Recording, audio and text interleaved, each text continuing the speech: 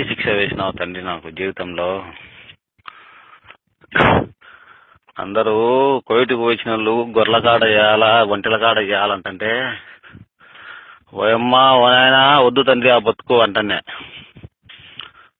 దీంట్లో అమ్మని దెంగ లాస్ట్కు దెంకచ్చి భగవంతుడు నన్ను దెంకచ్చి జీవాలుగానే బతికినాడు. చూడరా ఇదొక తమాషా ఎట్టుందో జీవితం అని. పొద్దున పోవాలా సాయంత్రం పోవాలా, పొద్దున పోవాలా సాయంత్రం పోవాలా. యాసిడ్కి వస్తుంటే అమ్మ గుర్తాను నిజంగా. తిండిలే, తిప్పలే, నిద్రలే, ఎన్నాళ్ళు చేయాలి ఈ పని. ఇంటిపై 4 గాడులు పెట్టుకుంటాపా ఏమన్నా కానీ 4 గాడులు పెట్టుకుని మెల్లిగా చిన్నంగులలో సాగులలో కలిసి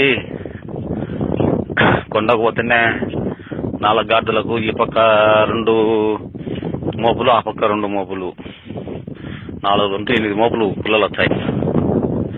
ఇష్టలేదైనా 1000 రూపాయలు లెక్క వచ్చాలి నా మడ్డవే. ఒక్కోటి 1000 రూపాయలు కానీ గాడిది తీసుకొని 4 గాడులు పెట్టుకుంటా.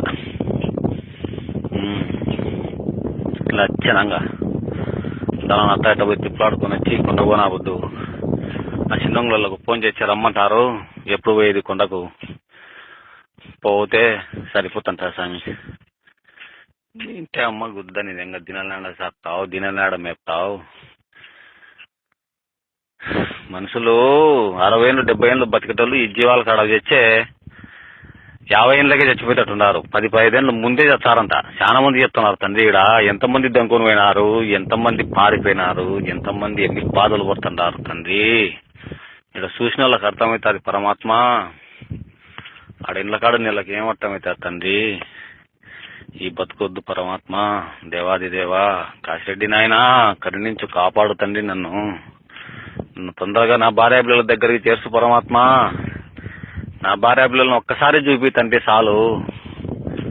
దేవుడా, నారాయణమూర్తి, ఏడుకుండలవాడ, వెంకటరమణ, నీ కొండకు ఎప్పుడు రావాలి తండ్రి మేము. పరమాత్మ గోవింద రప్పించుకో తండ్రి. తొందరగా రప్పించుకొని నన్ను నా భార్య పిల్లల దగ్గరికి చేర్చు పరమాత్మ. ఇది చూడు మళ్ళా ఒక్కటి వెనకనేది నెమ్మది నెంగించుకుంటుంది. దీంతో చచ్చిపోయే పని అయిపోయింది నాకు. దీన్ని కాళ్ళకు తాడు కట్టి కుక్కనీసే తీసాలి దీన్ని. అప్పుడు సరిపోయేది పని ముఖం. దేవుడా తండ్రి పరమాత్మ ఎట్టున్నా ఒకటి 2-3 నెలలు చేసుకుంటే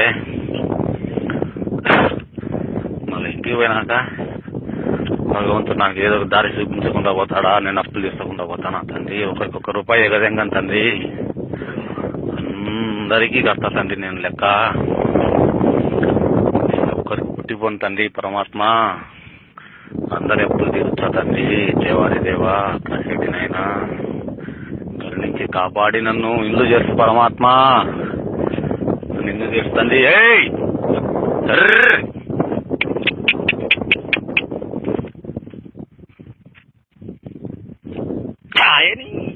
కన్యా లెంగప్ప